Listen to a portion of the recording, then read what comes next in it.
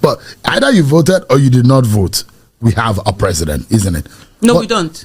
We do have a president. No, you have a president. I don't have a president. What do you mean? You are a citizen of Nigeria. Yeah, and you reside here. Nigeria. I reside here, but we have an illegitimate president, someone who rigged his way into office. It's like if there's a military coup, are you going to sit down and accept that? Oh, you have a president because someone, there was a military coup. But this is a political coup. You cannot say that because you do not have evidence. Aisha Yesufu can and have said that Nigeria does not have a president. What we have is someone who rigged his way into office, who is illegitimately occupying. The court does not agree with your position. The court that has been captured can do whatever it wants to do, and that's why there's no respect for it, and that's why you have governors coming out to thank a Tinubu when the judgment goes their way. So the fact that we have a captured judiciary and whatever, Aisha Yesufu, and I say it without mincing word, I don't put water for my mouth, there's no precedent in Nigeria. There's a president, Bola Tinubu, factually. The former governor of Lagos State, Bola Ahmed Tinubu,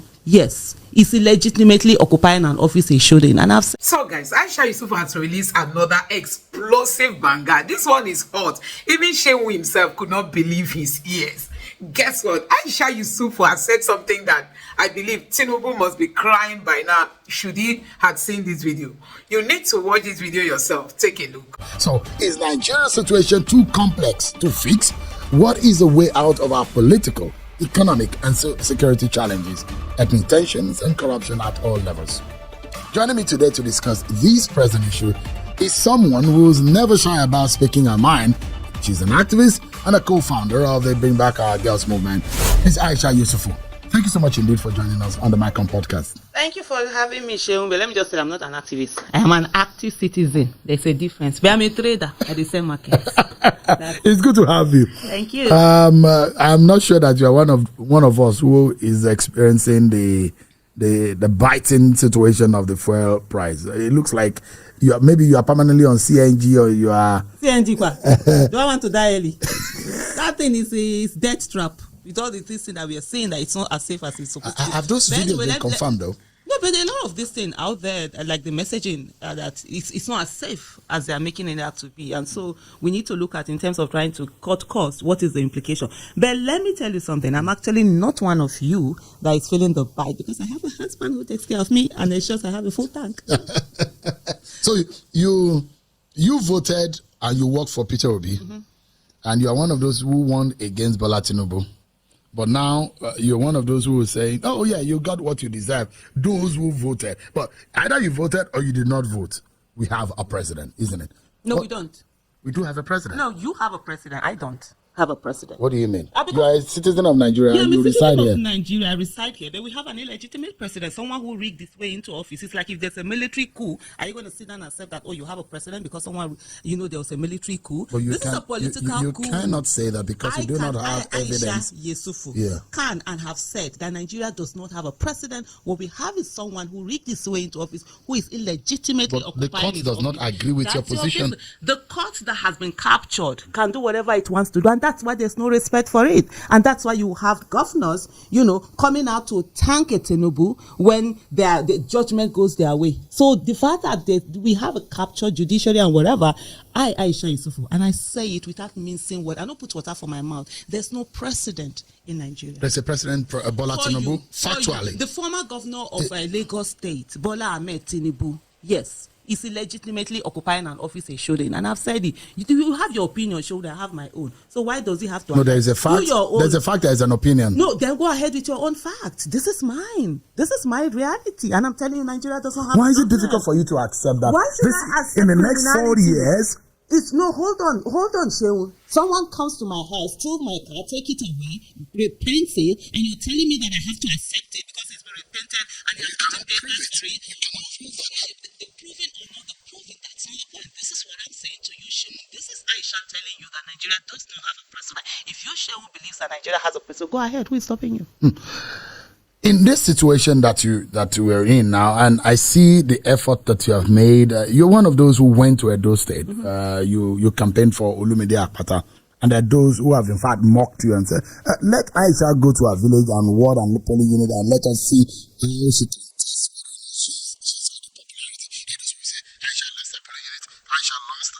Aisha lost her local government. So this this is all not, she's not on the ground, and that's what politics is all about. Well, the first thing I'm going to say to them is that how much are they buying dollars? How much are they buying the fuel? You just realize the prices of fuel are everywhere. And it's very comical when people think that politics is about testing popularity. It's not about testing popularity. It's about the lives of the people that are going to be governed. By the way, if we come back down to it, is the fact that I live in Abuja and I vote in Abuja. And I was very surprised. And I can tell you that there is nothing that APC supporters or PDP supporters cannot do, which is they manufactured a polling unit that I am from, what's this place again? Okbida. Well, I take it that if they feel that that's my polling unit, and I think they said 4 in my polling unit, but one of the things they don't realize is the fact that in 2019, I'm a person of conviction. I'm not interested in who wins or who doesn't win. I'm going to go with the candidate that I feel is the best. In 2019, I was the only person who voted for my candidate, Dr. Obi Ezekwesili, in my polling unit. And I stayed till 2 a.m. to defend that unit. And the following morning, I think around 10, or is it 10 or 12, I went down to the collation center to ensure that my vote was counted in. I'm a citizen of the Federal Republic of Nigeria. And when I put my finger through, they no burn INEC for them to change that particular, whatever it is. They no burn any talk or whatever it is to change it. And I've done my bit. And that particular one vote was counted. And I left that place with my head held high. It's not about, my candidate has to win. Or if my candidate doesn't, your own one. No, it's about what is that candidate going to give to Nigeria? And I tell you something. For me, I have said this repeated, and I'm going to repeat it here to start that the 2023 election, if it's not about the outcome, it's about the process. If the process was free, fair, and credible, there was nothing to do with IREV and whatever, and the result came out the way the result is today, then everybody has to accept it. Whoever is voted in, if Nigeria decide to vote a goat as president, we all call that person the president. But when someone isn't voted for and the people rig their way in there, we must get to a place whereby political coup is taken the same way as military coup. We cannot have people come in, subvert the system. The result must not justify the means. No, it doesn't, because that's what we just had in Edo State. So if you say the election in 2023 was rigged, so the candidates you worked for, were those votes also rigged in his favor? No, it wasn't. So, and I will tell you how it goes. So the vote for Peter Obi was legitimate, but the ones in the same breath for the other candidate, Atiku and Tinubu, were rigged. Is that your position? Let me tell you, there were some rigging. Let me correct that. In Lagos, the margin with which he won was way more than what he was given. In Jos, in Plateau State, the same thing. We have been a lot of those places. And let me tell you, it's not about whether I worked for or I did not work for. There's nothing like work for. I don't work for anyone. I work with people. And by the grace of God, I'm not going to work for anyone. I'll work with you, not for you. So you didn't work with Peter? I mean, I worked with him. You didn't work for him. So you didn't get paid for what? Why should I get paid? Who the heck has the money to pay me? No, people get paid for working in the president. Even in the US, people can. I have a big mouth, physically and figuratively, and I love to use my big mouth. And so because of that, I don't collect no dime from nobody. My NGO, I use my money. Every this thing I've been part of, movement or whatever, I spend my own money. I don't touch nobody's money. Because the question, there are issues being raised about the campaign funding. We'll get to that. Because there are those even pointing accusing finger that some of you have not been transparent enough into the funds that were put into your hands in that campaign. People have said so that. When you say you did not benefit at all, there are those who will be in the corner and be laughing and say, "Oh, Aisha, they please." can laugh, and you know what? And that's why I have a very huge mouth. And I say to them, "Come out anywhere that Aisha has done anything of wrongdoing, bring it out. More Aisha Yesufu, I will call myself out." You know what the court process? What Nigerians don't understand is this thing about people standing and following the due process, and that's exactly what I did. Before we get there, let me go back to what I was saying to you, Sheyi, on the issue of the fact that there was no transparency. On the day of election, let's not forget February 25th. All of a sudden, it didn't work. There were 3 elections on a particular day, and it didn't work for one of them, which was the presidency. Every result would be put in for the same place, the same time, everything for House of Representatives, for Senate, and all of that. And then you came to presidency, it wasn't working. You've seen what Rivers State have continuously said right now, where with the accusations going on, with the fight between Wike and Fubara going on, the people who helped in rigging that election coming out to say, this is what they do. Haven't you seen any of those videos? They've come out to say, this is how they rigged the election. For me, the issue is not whether who becomes the president, right? If Nigerians had actually voted for the former governor of Lagos, Bola Ahmed Tinubu, and he got there, well, you say that's what the people's choice is all about, and that's the beauty of democracy. People do whatever it is that their choice is their choice, and they vote to do that. But that wasn't what they did. There was a rigging. one of us before that the burden of proof is not on INEC, that is conducting. And you're seeing people who have taken us back. Our democracy has gone back to pre-Yaradua days with all the things. Having said that, coming back to the campaign funds. Just a moment before you go there. Okay. So, are you suggesting that we should amend our laws such that the burden of proof will now be on INEC? Absolutely. You conduct election. You were given the monies to do it. How come you're not the one? And you said the election you conducted was free, fair, and credible. Why is the burden of proof on the person who is saying that it isn't? You should come and show Nigerians, INEC should come and show Nigerians at every particular time that the money that was invested in them, everything that was given to them, and the constitutional duty, responsibility given to them to conduct a free, fair, and credible election, that they have done it. We have situations right now where even when INEC is called upon to bring materials, they don't bring it and they get away with it. Why are we having all of this? We have situations whereby the courts that has been captured, the judiciary is a joke. Nigerian judiciary is a joke. Is that fair? Joke. It's more than fair. Because there are those when it comes to corruption, who are upright in the judiciary, yes, and when they hear this, and you having the same brush to paint everyone. Something that surprises me a lot. Amongst my biggest fans and supporters, they are actually from the security and the judiciary. I'm always shocked because a good number of our judicial officials, they have been captured.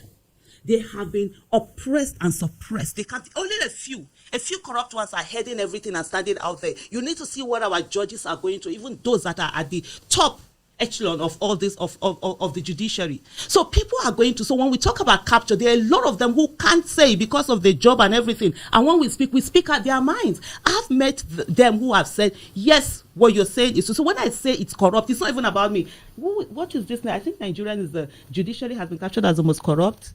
Is it Transparency? No, Transparency International, whatever it is, within when you talk about the bribery index, something. Mm-hmm. Yeah. So Nigerian judiciary is there. So when I don't just speak because I want to talk, I speak on the reality that we have on ground. You see now people are going about, buying judgment. All sorts of judgments are out of it. To the extent recently we saw with the Rivers State local government election, where a court is saying to the police that they should not do the thing that they are constitutionally constituted to do.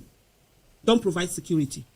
In what world is that okay? Or where they say that INEC should not give register for them to conduct the local government election. We are sitting down here. We are watching our countries being desecrated, and all we are concerned about is what looks nice. Sure, we should go beyond that.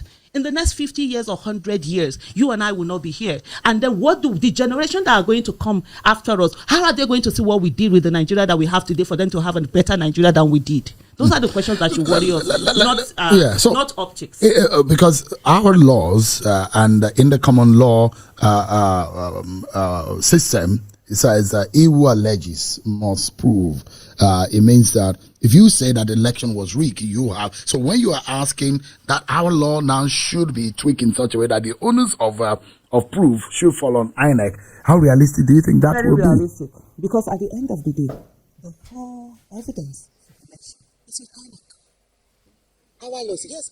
You say it's difficult for one to prove that the election was rigged. No, hold on.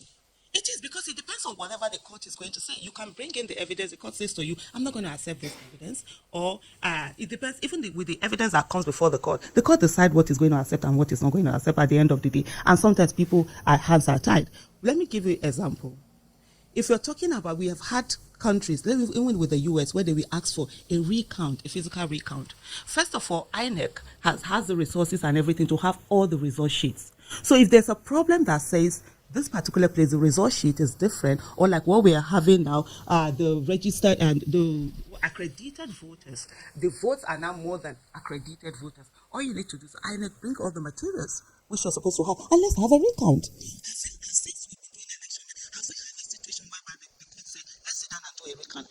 Still, we can digitally conduct our election such that the level of interface, human interaction with the, because that is where corruption usually comes, when you have too much of human interaction with the process. Even with the digital, if they want to corrupt it, they will corrupt it. One of the things that we must do is not that we keep looking at, another method will be better. The one that we have right now, can we do it and make it work? And I said this to you, and that's why I said the burden of proof should be with INEC. INEC conducts election.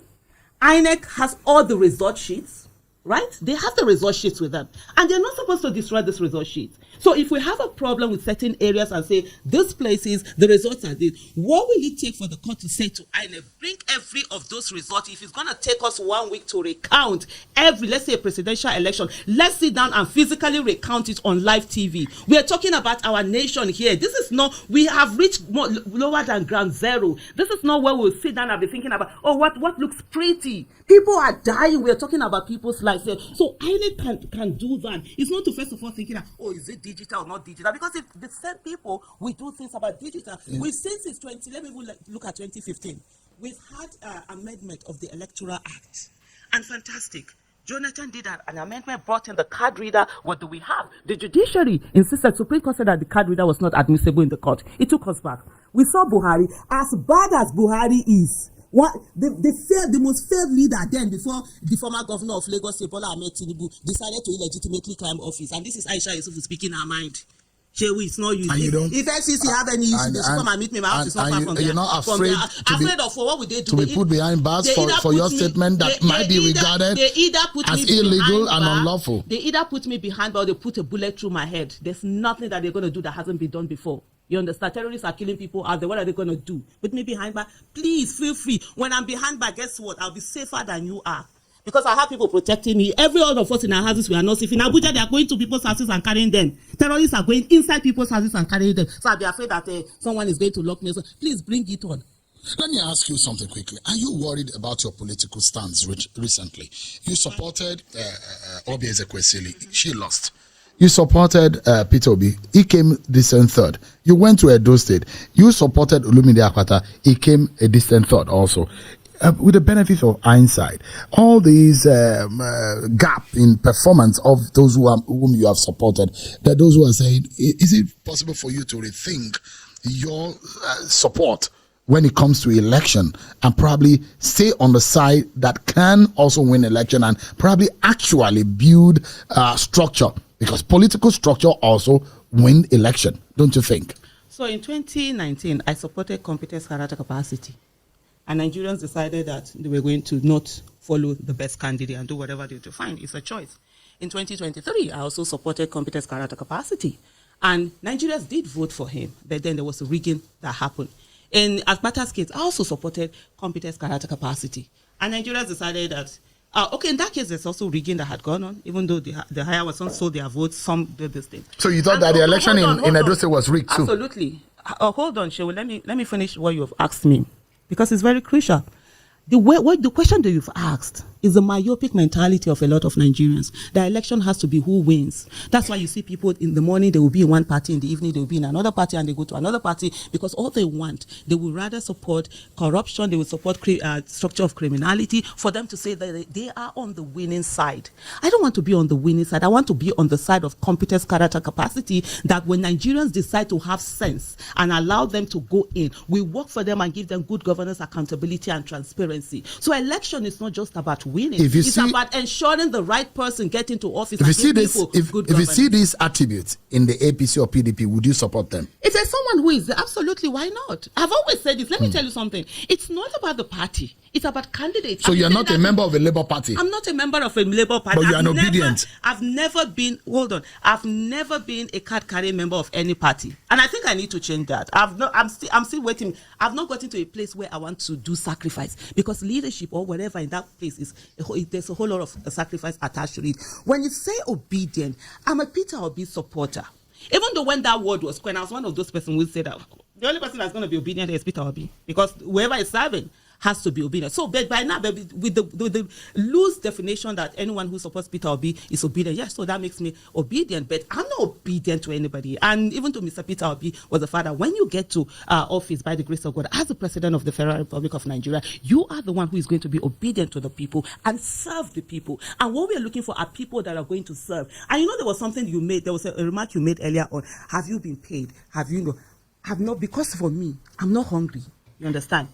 I'm like, I heard someone who said that, school fees will not pay itself. There are a lot of people who come from that mentality that school fees will not pay itself. So they are forced to either go with who they think will win, no matter how corrupt they are or whatever. I'm not in that place. I'm a trader. I build houses, I sell houses. I started trading in the year 2000. I used to go to Dubai to buy things and come here to sell. I've never worked for anyone. I have a master's in pharmaceutical microbiology. I got that since 2007. I started my master's in 2000. Long story, the school, of course, you know what, Nigeria. I wanted to have my PhD before I was 30. So I don't need to work for anybody. I don't need to earn salary. I live my life. I'm financially independent. I was 40 Thanks to Mr. Yesufu too. Yeah, the man is doing a good job, isn't it? I'm absolutely. We need to give him an award. Absolutely. Oh my goodness. That I love you. You know, I'm coming to that place where, for me, I worked on my financial independence before I started speaking on. So you're an independent woman. I'm a financially independent woman. I've been before I was 40. I grew up poor, where I would go to school in the morning without breakfast. Coming back home, I wasn't expecting lunch, and I saw how, because you are poor, you are. So you were born in poverty. I wasn't born in poverty. My father lost everything, and we became extremely poor. Within a twinkle of an eye, we lost everything. And I grew up in Kano, in a place called Kwanahodu, where it's deadly in a way that when other people hear we're from that place, they're afraid of us. Even up to today, you see, like the talks or whatever, I call it the Ajengule of Kano. And so seeing that when you're So you were from the slum? I am. Wallahi, wallahi, tallahi. Wow. Chow. I grew up in that place. And let me tell you something, Shehu. I saw where, because you're poor, you're faceless, nameless, and voiceless. And I grew up angry. And I didn't want to be faceless, nameless, and voiceless. So I didn't focus on Nigerian issue. Even though the first protest I did was in 1992, in my first semester in the university. I didn't talk on Nigerian issue until my 40th birthday. And what happened? On my 40th birthday, I realized that I had become the problem of Nigeria by my silence. And I decided I was going to start speaking. 4 months after Chibok girls were abducted, and I came out to speak. So when I talk, and I say this shit, when I dare anybody, living dead or alive, to say that I, Aisha Yesufu, have ever gone to your place to look for appointment, to look for contract, to look for whatever, I don't do it. I'm a trader. I buy, I sell, I distribute, I build houses, and I sell houses. I'm not forgetting my thought, but I will ask you about the funding and the issue. Absolutely. But just before I go there, there are those who say, and Kenneth Okonkwo has said that, look, 2023 is gone. But in 2027, Atiku, Tinubu, Peter Obi should step aside. Would you be supporting Peter Obi in 2027? Or you hold the view that they should step aside? You know, what I found strange about that statement, and I remember we had a long conversation with Kenneth Okonkwo. I called him out, like, on what basis was Atiku, Tinubu, and Peter Obi put on the same pedestal? Yes, or used the same bench, a paint or brush used on them. It might have made sense to him, and he has a right to his own opinion. It doesn't to me. I don't see in what capacity has that would that happen. And for me, Peter Obi is one person whom I know has the love and care for people. He has empathy. He feels what happens to the citizens. And it's someone that I see who wants to have a legacy. That's something that's important to me. I'm not looking for someone who gets to office, who doesn't care, who all he's thinking about is how do I take more money? How do I buy a private, more presidential jets for myself, more yacht, more whatever for myself, rather than how do I make and show my name that in the next, 100 years, 200 years, when they're talking about Nigeria, it's me. And this is someone that I know has the courage to take on the issue. Some people think that courage is by, when you just come out and talk and you can say this. No, it's by putting yourself down there and saying those things that people are afraid to talk about. We know about oil theft. It's still going on in Nigeria. And there's one candidate who spoke about it repeatedly. And since after the election, it's almost as if nothing is being said about it. And you sit down with what he said about the oil cabal. This is someone who has the courage to stand and dare and go for it. There are those who ask you, what has he done? Did he do that in Anambra State? Has he shown capacity in the past life? Let me finish my thought. You won't take we'll come to that. I'm here. So if you want to do 10 hours, I'm not going anywhere. So calm down. Not you rush yourself. Not you respect yourself. You understand? You said Dangote what he has said about the oil cabal that we have and what they're currently doing. You see a situation whereby Tompolo has even accused the Navy of being the one to connive with those who are stealing our oil. And nothing. And right now, as we are here, nobody is saying anything about that. Come back to courage. When you talk about courage and say that whether Peter Obi has done this in Anambra, say, yes, he did. You saw what he did with the Ubas family? What's this other one? There was a whole lot of like exactly what we have in Nigeria. There was a hold in Anambra State where people felt that there are certain people who control the state and nothing could be done about it. And he came on and he stood. He won the election.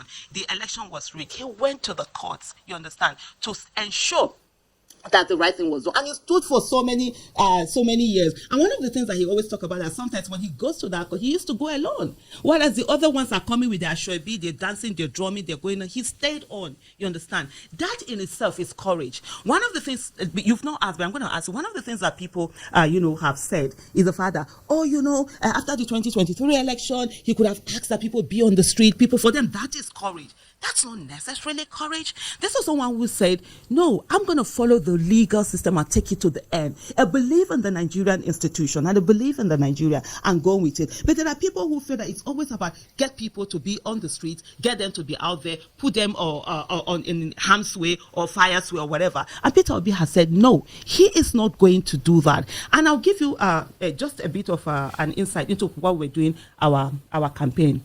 During that whole campaign, there was a time when I think you saw P Square. They supported Peter Obi openly. They didn't deny, they didn't hide it. And they were supposed to perform at a particular. It took a lot. I remember I spent over 8 hours with lots of messages, giving him 1, 2, 3, I think about 9 or whatever reasons why they should be on it. And his fear was that he didn't want them to be, what's the word that is used now, to be victimized. Because he knows how the system works. There are a lot of people who want to support. Nigerians have been coward to the extent you come out and support and then you become a victim. That's the kind of person that he is. And it takes a lot of courage for someone to see people who are ready to whatever, and a lot of responsibility. See people who are ready to say, we're going to do anything if you want us to stay. But he refused. And I see people coming out to call that means lack of courage because he had 6 million people. Ms. Yesufu, if you see a better candidate than Peter Obi in 2027, would you support? Absolutely. If there's a better candidate, I go with the better candidate. I'm not tied to anyone or anything. And I know that. And I can tell you something. Even Peter Obi himself, like he said, he's not desperate to be the president of Nigeria, but he's desperate to see Nigeria work. And he himself is, there's a better candidate, he will support that candidate. It's about our country that we need to rescue. It's not about anyone occupying an office. There's an influence that Peter Obi has that Tinubu cannot even dream about. You understand? Even though he's illegitimately occupying that office, he can't dream about it. And so this influence that comes from the legitimacy from the people, the love from the people, you don't need to be in office to have a name or be influential. There are those who ask, what would you do differently? Exactly, because the same thing, the same program, similar ideas that Peter Obi said he has. What are the things that Bola Tinubu has been implementing? Let me tell you something. I'm staking my name on it. Aisha Yesufu, that's my name, my reputation. The fact that Peter Obi, as a president of the Federal Republic of Nigeria, will not go and be buying presidential jet while people are suffering. Will definitely not go and be changing his car while people are suffering. Will not be buying a yacht. Will not be using 21 billion to build a house for his, deputy vice president. Will not be wasting those money. He will cut the cost of governance. So please, let's drop that. When we talk about subsidy removal, yes, Peter Obi did say he was going to remove subsidy by 50%. And then with the other things he talked about, he didn't say he was going to come out on the day of his inauguration to make a reckless statement without anything in place, without putting things in place. So if Nigerians want to live in fool's paradise, let's live in fool's paradise. But let's not kid nobody, especially ourselves, and say that, they would have done the same thing. There is nothing like the same thing being done out of there. And there's no way Mr. Peter Obi will give a contract to his friend without any public bidding for that, contract, without going through due process of 15 trillion, naira. And then I'm talking about the Lagos Calabar Coastal Road, and then go about destroying businesses worth billions of naira just to support, some whatever thing that he wants to support there. And there's no how that a Peter Obi will sit down and dare to change our national anthem just because he feels like it and go out there. Did he change it? Hold on. It was the National Assembly. No. Yes, that's what I'm saying. And go through and come and say, yeah. And you remind me now, the National Assembly is captured, right? And the captured is not being used for the good of Nigeria. And go ahead and captured the National Assembly and get it changed. There's no way he is going to do that because he said during a campaign that he was going to change the national anthem. It gets better than the other one. The person who captured the National Assembly as of this moment is the former governor of Lagos State, Bola Tinubu. How did he do that? Do you have evidence? By having them in their pocket. I don't have evidence, but what's the name of your Senate president? Akpabio has our Senate president. Nigerian Senate president. Yeah, Nigerian Senate president. Akpabio has evidence, and I've said it several times that he's going to do what the president has said once. So that's your evidence, right? You think the Senate and the National Assembly is a rubber stamp of the executive? It's not a rubber stamp. It's worse than a rubber stamp. The rubber stamp was what we had during Ahmed Lawan, and you could still see a bit of trying to have a bit of independence. Right now, if anything was than a rubber stamp, that's what they are. There's really literally as if there's nothing there. And you've seen a National Assembly where the two leadership of the National Assembly go out there and constantly defend the policies of the executive. And let me tell you something, Shehu. The legislative arm of government is the bedrock of democracy.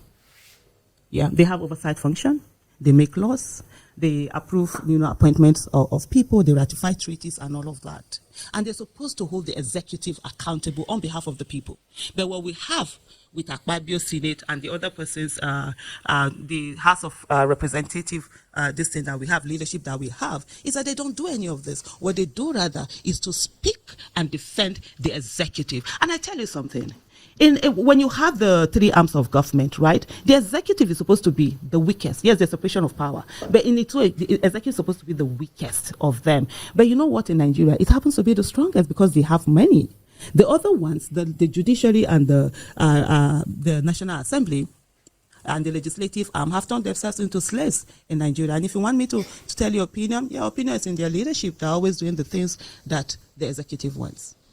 Let's ask you whether you can give us some transparency in some of the monies that have been put in your care. Yeah. Some dollars were being donated, were being given to the Labour Party campaign in donations for that election. What about the ones that, which one are you aware of?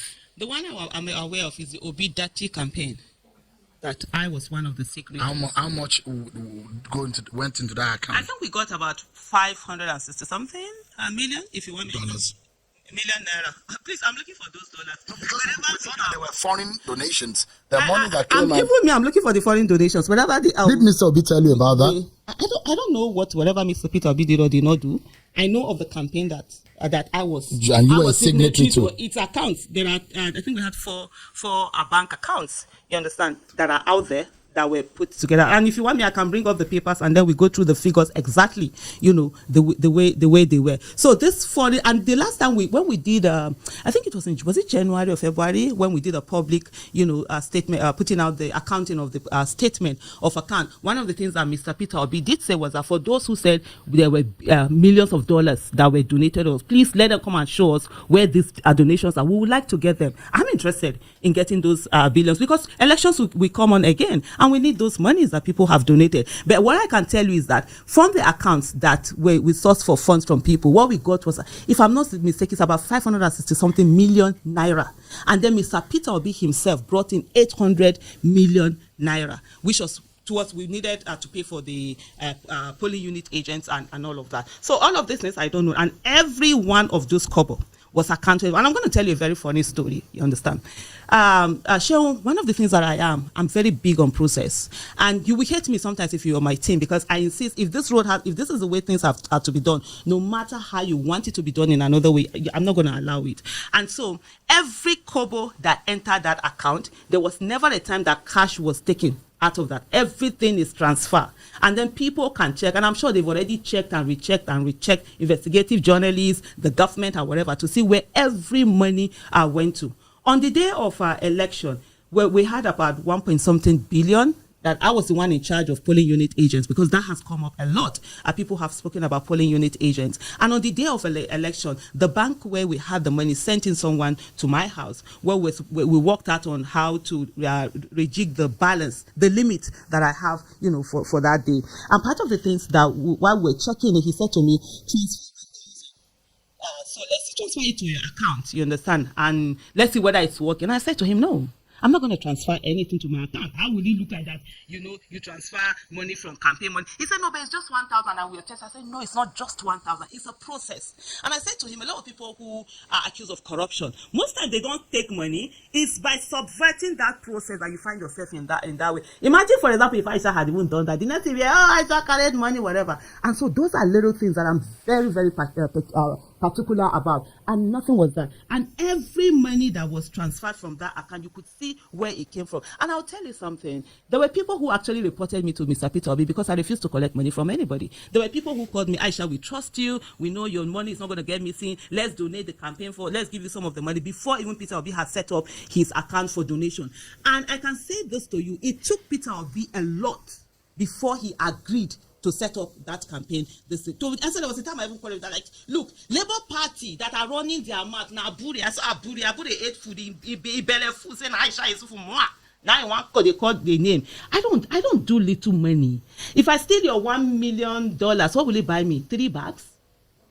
3 handbags? Is that what I'm stealing $1 million for? It will not buy me. It will not. There are some rings it will not buy for me. So for some of them that feel these monies are big monies and they are running their mouth, what they forget is that the Labour Party had their own account and they even started soliciting money from the public before we did. And I remember going to Peter Obi and I was like, you see, now we ought to have started our account and everything. It took a long time. We finally did it. Before we got those accounts, people that came to me, Aisha, no, we give. I said no. Until we set up an account, I'm not collecting anything. I'm not going to collect anybody's cash. I'm not going to help anybody to do anything. Every money that came went to the account. There is someone who even gave us, during the campaign, gave us aircraft, 1 or 2, I think an 80 or 100 and something seater while we're doing that whole campaign. He had seen me and he gave me an envelope. He was giving me, I refused to collect it. He dropped it on the table, went to say, I picked that envelope. I went back to him and I dropped it. You understand? And he was very angry. Oh, no, that I'm disgracing. I said, no, it's my policy. I don't collect money from nobody. I don't. The only person I collect money from is my husband. No? And anything that is beyond his whatever, and is beyond his means or my means, I come out out from me. Just wait. I have to round up this thing for you. And so he now said he was going to report me to Peter Obi. And indeed, when he saw Mr. Peter Obi, he reported me that, he gave me money and refused to collect. Mr. Peter Obi, that's how Aisha is. So you see, like I told you earlier, I have a big mouth. And the big mouth is very physical and very figuratively. And because I want to use my big mouth, I don't collect nobody's money. But are you also willing, because they said that the EFCC should probe you? I've asked the EFCC. Look, the other time I said to them, I even reminded them, because after a month, they talk, and I even reminded them that Labour Party, please, you said EFCC should probe us. Have you sent petition to them? Because more Aisha Yesufu, I want EFCC to come after the EFCC several times. There's this thing in Nigeria where they do things because there are skeletons in cupboard. Me, I don't get skeleton for cupboard because my mouth too big. I go use my phone on top of myself. If there's anything, let everybody bring it out. I want to, because I want people to understand that you can do something and yes, they will smear you, but the smears, they will not stick anywhere. You can say for yourself, but you can't say for Mr. Peter Obi. I'm speaking for myself. So, but you can't say for Mr. Peter Obi or any other person you work for. Mr. Peter Obi right the now? Question I'm asking, because you said you work with him. Hold on. Am I doing interview for Mr. Peter Obi right now?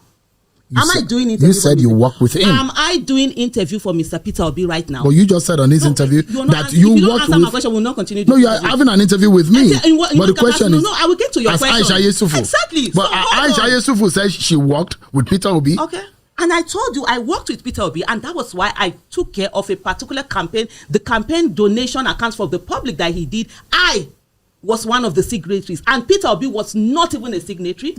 Peter Obi did not have any say on the monies that came in from the public. The only say he had was on the 800 million naira that he brought, and when he asked for them to be used, so they used it in legal fee in giving the parties to settle polling unit agents, they did that. I'm taking responsibility for that. What else do I need to take responsibility? I'm not taking responsibility for anything. And Peter Obi himself, like I said to you earlier, had come out to say to these people, can you please tell us where these monies are coming from? And I think the person you are referring to, I saw some people who said to me that, Aisha Yesufu, you should sue them for defamation. And I say, if I sue them, what will I get? Poverty? I need somebody with real money. God born anybody will be billionaire for Nigeria. Let them come out and say that Aisha took any of this. Then I will go to court. So that I know when the court case is finished, I will collect some money in their damages. Not the one that I'm going to go and spend millions of naira, spend 15 to 20 or 30 million naira on lawyers to carry you to court, and then you come and tell me that the whole of your worth is not up to 6 million naira. So that's what I'm waiting for. So the accusation that I don't have any problem with accusation. There was something I wanted to say. You almost derailed me, and this is it. Most Nigerians feel that the only way you can show that you are clean or you're not like that is to stay away from anything and not do anything. I'm like, no. I will go in there. I will do it. And you will try to accuse me, you smear me. It cannot stick anywhere because I will follow the process, transparency, accountability. Everything had to be followed. Even Peter Obi himself, that had 800 million naira in that account, he knew that if he didn't follow the process that we had laid down for him to get the money, he was not going to get it.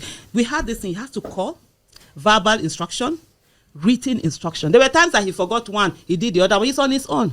Okay, when you tire finish, you will come back, because you know what? Process has to be followed. And I know a lot of Nigerians, don't understand what processing is. But there's a question you've not asked. Let me help you in answering it, even though you've not asked. There are people who have come to, we have a summary of the account. Wait, let me even bring out that summary, right? Because so that we will. You had it handy. It's public now. If you go to my Twitter page and with it, it's not something that I'm saying that it's not hidden. The account is not hidden. I've seen people who said, "Oh, you don't have how many pages, whatever." The pages of account we handed it over to the person whose accounts we were managing, to the people who were managing their account, both Pew and Betty. And then there's a summarized version, that was put out there for the public. So we have what the what do you call it, summarized version that we put there. Citizens' donation was 595,976,994 naira. That's what the citizens' donation that we got. And then 800 million naira was part of the things, that came in from Mr. Peter Obi. So the total was 1,395,976,994 naira. That was the total. And then we had expenses. We had campaign materials. We used 268,374,330 naira.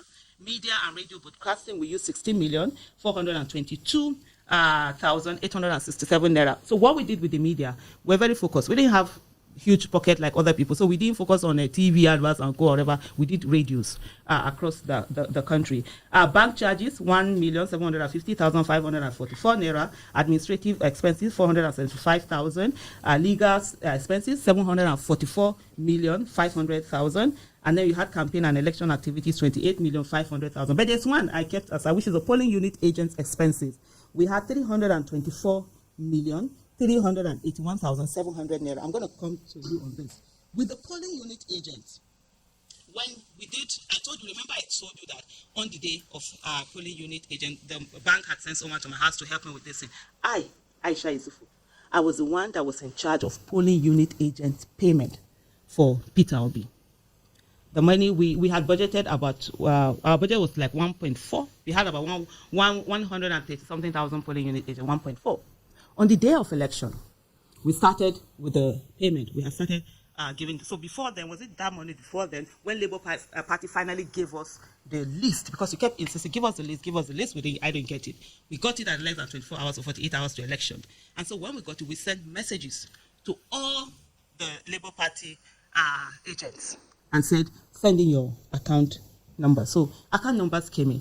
And then we started paying on the morning of the day of election. While we're paying, something was off. Remember, people were saying they were not seeing agents in this thing, something was, and so we decided to do a test run of calling different this thing. You call a number, maybe it's a male, female pigs, or it's a female and male pigs, and like, what are you talking about? What are you doing? This thing. So Anna said, okay, you know what? Stop all payments. Yeah, I made that decision. And anybody want to say anything, I don't even care. So I go on, I kept receiving, the normal this thing they do. They say, oh, you're supposed to send 200 million to this, 400 million to that, 50 million to this, that you pay polling unit agents. I said, no, we are paying the polling unit agents. And I say, how? I said, by directly through their accounts. We will pay them directly. Remember that election was when there was even that no cash, whatever. So we do the transfer. That was even the first time that I knew that you could, it was at the bank's microfinance, whatever, financial business, that you could just use the person's phone number to open accounts and send them in. So there was a lot. If courts can kill somebody, I would have died on election day. Because the different things that I was talking about, I said, baby, are you sure these people will not say, let them not need to happen? They say it's because if I say whatever they will say, let them say. Because I've seen there are no polling units. So what we had was that the list that was given, the names that had been given before were swapped. And were populated with fictitious names. And I'm saying this, and they've heard it, and I've said it before, they had fictitious names. And this was coming from the Labour Party national headquarters. From the Labour Party. I don't know whether it's the national headquarters or whatever headquarters, the Labour Party itself. And so, I said, no, we're not going to pay. Towards that, I couldn't reach Peter Obi. It was towards that evening, or maybe around for something, that Peter Obi called me on election day. I said, sir, see what's going on. The list that we're giving, it's mostly fictitious. Apparently what they need, they've done that to other parties also. Even with this election that have been going on, that this is what parties do. So they always tell you that, oh, you're not supposed to ask questions. And I was told that, oh, but we don't ask questions. You just said, I said, no, we want to build a new Nigeria. Not the Nigeria where you just send money anyhow. This is someone's hard-earned money that he's bringing in for us to pay polling unit agent. And so when I spoke to him, he said, Aisha, I said, don't worry, keep my money. And so that's why you will see from this list that we have 300 and 300 and something, 324,381,700 that was paid to polling unit agents. The one that we directly paid was around 20 something. I think it was at 24 million. And I've seen a lot of people who have come out to say that, oh, you only paid, I think 2,000 something. I can't remember how many. I think there were 2,000 agents every year. Oh, you paid 2,000 agents with 300 and something million. That means it's like, no. What then happened before, because I stopped the payment, and I'll give you an example. We were in a meeting where we're talking about all of these things, and then someone said to me, Aisha, how did you think that you will stay in Abuja and you are able to coordinate the agent that is in Sokoto? I said, through his phone number. Because remember, INEC gave everything. Everybody's name had to come with phone number, pictures and all of that. And the person was quiet. And then he now said to me, Aisha, some of these agents cannot read and write. And I said, if the agents cannot read and write, how did they become our polling unit agents? There was silence. I have a big mouth because I insist on doing the right thing. In the year 2000, what's it called? NYC overpaid me with about 8,000 something. 2,000 and 8,000 was big money. I returned that money. Even when NYC didn't want me to, I have the letter that I wrote and gave them. I kept my comment. Unfortunately, I didn't give them to that signing. I didn't realize I should have done that. They fought me. Everybody called me all sorts of names. I returned it. That's how many years ago? 24 years ago when I did my youth service. And so if at that time I had taken that money, you think I will have mouth to talk today? I have mouth to talk today because I know I follow process. So when we did that, so what now happened with this 300 million that people are saying? When the election was done and everything, they were talking, okay, polling unit agent, the parties were saying this. Peter Obi now decided he was going to send to the different, this party, states, whatever. We sent those funds. That's what we said. I think it was about 300 million. Yeah, I think that's 300 and something, 300 million that was sent to all of them to say, okay, settle the agents that did this thing. And so that was it. So some people that come out to say, oh, they only pay 2,000 with it. No, it's not. And so for me, every die that I'm under, and remember, this is not my first time of being in a campaign, this thing. I was of Dr. Obi Ezekwesili. And we came out and we gave everything. When I did the one of Dr. Obi Ezekwesili, she wasn't a signatory. And we accounted for every dime. The same thing with Peter Obi. Peter Obi was not a signatory to that account that was collected. We accounted for every dime. I know Nigerians are not used to it. They are looking for people who are looking for millions from some politicians. Say what happened. But Mr. Peter Obi, one naira has never exchanged hands between me and him. He knows it. Let me ask you quickly. With what is happening in the Labour Party, because there must be a vehicle for the man you believe could get into office. Are you worried about that vehicle, the Labour Party, the leadership issue, and all of the mess that is going on? Does that hurt you in some way?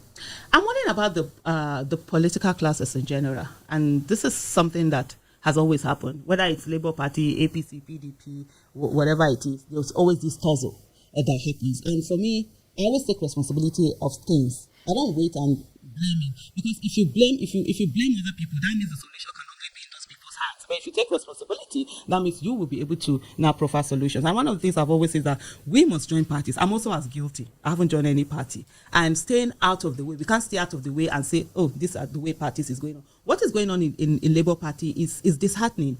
And I'm glad the fact that there's a way out where with the NENADI, the new NENADI-led team, you could see there is the thinking, big thinking. There's something they call the law of the lead, where there's no organization that can go beyond the thinking of the leadership. And so we had the leadership in Labour Party before, at the Abure-led leadership, that cannot... the court has finally stated it. Okay, yeah, and then there's an appeal going on, right? And so the former Labour Party chairman, Julius Abure, couldn't think beyond just that, holding that office. Couldn't see the fact that you can actually be the party in power and be able to effect a lot of changes, doing, their small local champion. And I didn't blame them. Like even during the election, where there was a lot of issues, I said to people, Labour Party was gingerly playing its Nigerian league. And then you took them to Premier League. So, of course, there's going to be a problem. And so they have not even up to now been able to get in there. But there's a current leadership in place, the caretaker committee led by Madam Nenadi Usman, that you could see there's a way, there is a vision, there's a way out here. And I look forward to them, getting everything well worked out. And also Nigerians removing that conditioning that we've had for years, where they told us that politics is dirty. There's nothing dirty about politics. Politics is true where elected officials come in. And so therefore, every one of us must be invested. For too long, we've left the political space for people who are jobless, who don't have job, who you need it to survive. we need to have people there that have second jobs, that don't need politics to survive, so that they'll be able to make those hard decisions. Quickly, there are those who think maybe Peter Obi could be a deputy or vice to Rabi Kwankwaso. Well, Rabi Kwankwaso. Why the hysteria? Because Rabi Kwankwaso believes that he's better. Rabi Kwankwaso should calm down. He said he's better academically than Peter Obi. I said calm down. You know what Rabi Kwankwaso did? Aisha Yesufu, I did a video. I think it's like, if I'm not mistaken, it's more than 10, 15 minutes or maybe 20 minutes video during that 2022 election. And I said to Rabi, Mr. Kwankwaso, in that video, look, this should be about Nigeria. This should be about good governance. It shouldn't be about someone, me or whatever. At the time that election was going to happen, Buhari had just come, who was from the northwest, and then you're saying you're Muslim, and you're saying you too you want to come and take it. At the end of the day, it shouldn't matter wherever somebody's region is from. Do what you need to do. And in terms of geographical spread, Peter Obi had better geographical spread than Kwankwaso. At least even the election, the results that INEC finally decided, you can still say, but he didn't feel it. And I said, look, Biden was vice to Obama, even though Obama he was younger. It didn't matter. What matters is that how do you move the country forward? How do you ensure that your people don't end up suffering? And then Kwankwaso felt that, he wanted to do it. And this, I saw one interview where he said he's a civil engineer. He's, how old did he say he was? He has a PhD. He has a PhD in engineering. A former minister, a former senator, a former governor. Don't you think those political and that profile maybe is towering than that of Mr. Peter Obi? You don't think Mr. Peter Obi could be a deputy to Kwankwaso?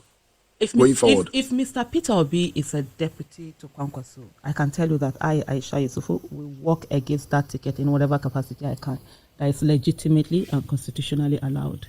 Because it's enough of the nonsense we have done over the time in this country, where we continue to put the best food last. So you think Peter Obi is better than the Kwankwaso? It's better than Kwankwaso. So let's calm down, I beg. It's not about this thing. It's not about that you sponsored people to go, what do you call it, abroad to go and get education. During the election, every time Kwankwaso is always entering plane where it was his pilots that have done this thing. Where is Kanu when you were talking about education, the hierarchy of education? Yes, we sponsor some people there. Where are all of those things? So as far as I'm concerned, you understand? And that's my own opinion. Somebody else might be different. For somebody else, it might be the other way around. Peter Obi is way better. And we should not be in a place where we are putting, we're putting our best foot backward. If Peter Obi decides, decides to be a deputy, would you still support him? No, I said I will work against you. Know the heritage they talk. No, even if it's not for Rabi Kwankwaso, if he deputizes, for anybody, whether Atiku or anybody, more Aisha Yesufu, I will work for against them. He were now by force say go enter there.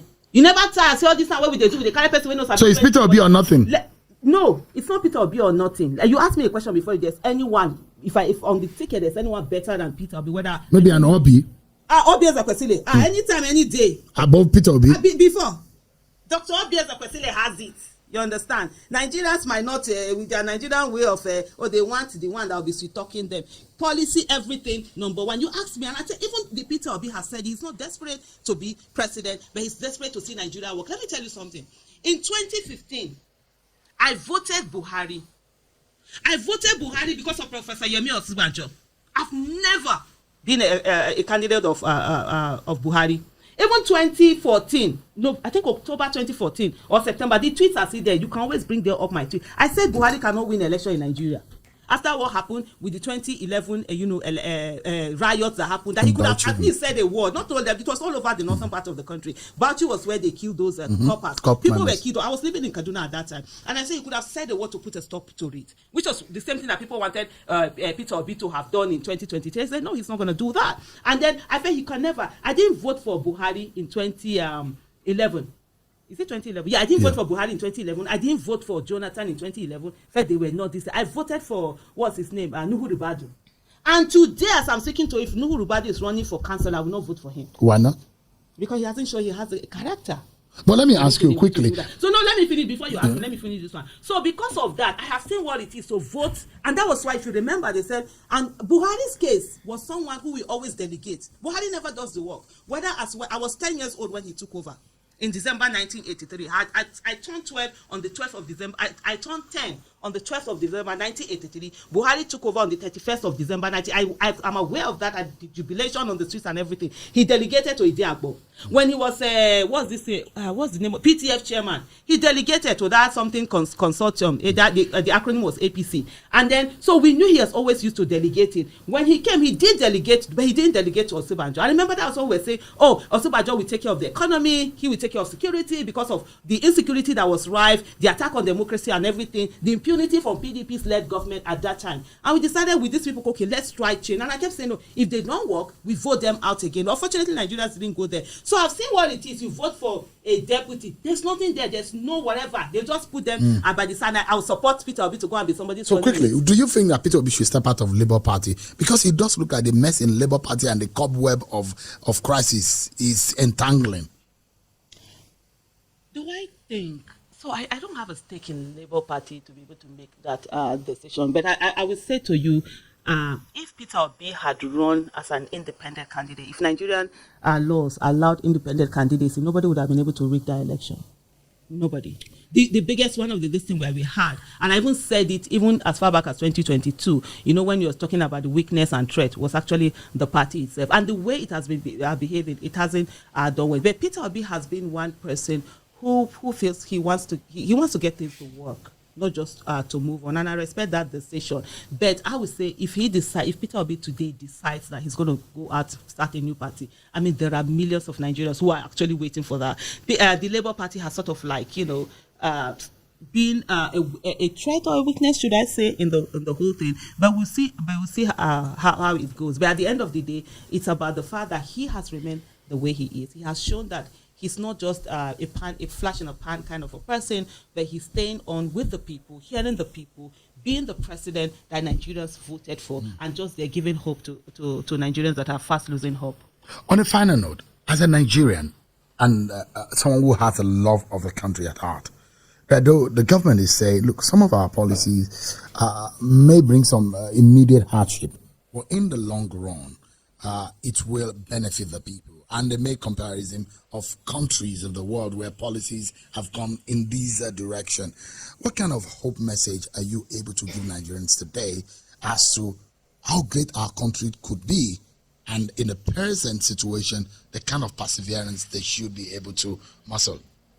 Nigeria has everything to be great, and God has given us everything we need to be a great nation. And so when I see people praying for Nigeria to solve our problem, I say God will not do for us what He has given us capacity for us to do for ourselves. There's a whole of great hope in Nigeria, but it's disingenuous of this administration to say that they have put policies in place that on the long run are going to yield results. They haven't. And most times you see, if you're talking about people suffering, why is it that those that are in government aren't suffering? Why is it that they're wasting so much of taxpayers' money that it's not there to be wasted? But for me, the message that I would say to Nigerians is that we have a great nation, an amazing nation, and we have everything. Our unity, our diversity, they are all opportunity for us to excel and be there. And one of the things we must understand is that we must take part in politics. In 2018, I came to that realization that politics must be everybody's business. And like Dr. Obi Ezekwesili has repeatedly said, that we must fix politics to fix Nigeria, because that is where the people who are going to govern us,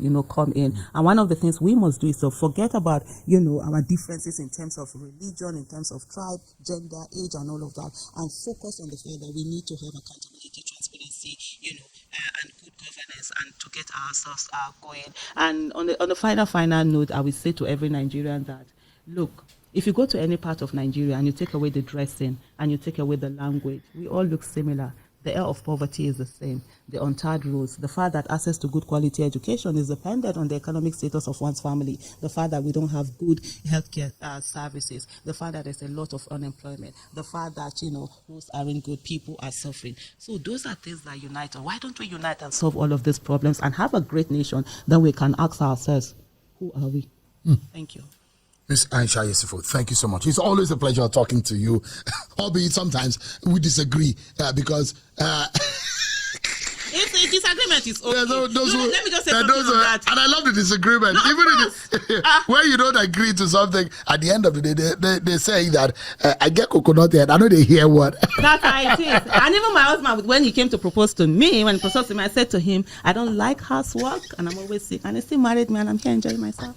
Many thanks to Mr. Yesufu. He's doing a great job. No, he's an amazing human being. Oh my God. So you are not the kind of independent woman who don't need men. No, I need my husband. Like I came in here. I'm very lazy. Sometimes my husband will look at me and say, if I die, how will you cope? I say, better don't die. Sit down here and look after me. So you are not an independent woman. No, you are dependent too. No, I'm dependent in that case. Yeah, very much so. For me, I don't do anything. I don't cook. I don't do the house. I don't know the car. Like I God, said, when I will just see that they will fill the tank for me. Drive car. I don't even know how to open. I had to struggle today to open my bonnet. I don't have any. And you are the type. If Mr. Yesufu marries a second wife, how do you cope? I actually asked him to marry a second wife. Really? Yeah. Years ago, I used to tell him until he said to me, "It seems as if you don't love me," and so that was why I stopped. Because my husband, like sometimes people say that the kind of love we have, sometimes it's a bit scary. If I'm not around, if I travel, my husband is always like, like he said, he doesn't even sleep well. He's always down and stuff like that. Even the kids say, all what we are going through in this country should be blamed on INEC. I mean, the INEC should be blamed alongside with the Judiciary. I don't want him to follow me and our children will lose everybody. The unpatriotic set of politicians we have in this country. People who just wake up and say they need power. They want to become president. It has been their lifetime dream to become president of the country. And they believe they've saved enough money. Like we've heard this president said he single-handedly sponsored his election, his campaign and all that. They believe they've saved enough from, the people's pocket into theirs. They believe it is their lifetime dream to become president of Nigeria. And that is why they must become president. And you see some Nigerians who will come out to say, hey, I cannot vote for an Igbo man. I cannot vote for an Igbo man when a Yoruba man is running. I cannot vote for an Igbo man when a Yoruba man is running. It can never happen. Even if the Yoruba man knows nothing. I can never vote. Yes, you can't vote for an Igbo man when a Yoruba man is equally in the race. And what do you see now? We've seen most of the lamentation coming from even people of the tribe of the president. And that is why we keep saying that, see, these politicians, they believe they are powerful, but how many are they? They are just a handful of persons. Nigerians are stronger than them. If we want to take over this country, we can. The right thing can be done. INEC must learn from the people's reaction. And that is why we just want to say that, honestly, this fight, nobody should give up. Because this country must go to survive. This country must go to survive. Under Tinubu's leadership, businesses are closing up. Foreign investors are leaving. Those that wanted to come in cannot come in. A whole lot is happening. They are only after borrowing. After borrowing. Borrowing. There is no creativity among the leaders. They don't even care about the sufferings of the people. That there is no fuel, inflation is up, there is no food, there is no money to even buy the food. It does not concern them because guess what? They don't use their personal money to fuel their cars. They don't use their their personal money to feed. They don't use their personal money to do so many things. But Nigerians who do all these things themselves are not being supported by the government at all. That's to tell you how terrible, how heartless, how hardened are the hearts of the so-called leaders we have in this country. Honestly, they don't care for the people. They don't care for the masses. They are just there to embezzle for themselves. And that is why at such a time as the one we are in now, Tinubu will find it convenient to go buy private jet. Convenient to buy cars, fleets of cars that cost a whole lot of money. This government is just into wastage. We've been talking about fuel, importing fuel, NNPC not telling Nigerians the actual facts. Not coming openly to tell Nigerians the situation of things. Now they can supply to Dangote so that Dangote will refine and sell to the market. And they are still importing. They themselves, they are importing. Instead of them to supply to Dangote, they won't. Rather, they will export so that they will import it again. They are the ones making the whole money and the ordinary masses are meant to suffer. So Nigeria is not going to recover anytime soon from all this mess that INEC brought upon the people. And that is why we'll keep lending our voices to say a new Nigeria is possible. The people can insist for a change. The people can insist that things be done rightly in this country. So guys, let me know what you think about all this in the comment section below. Please don't forget to subscribe to the channel, turn on the notification bell. Please give this video a like so that YouTube can recommend it to others, and drop your thoughts in the comment section below. Thank you.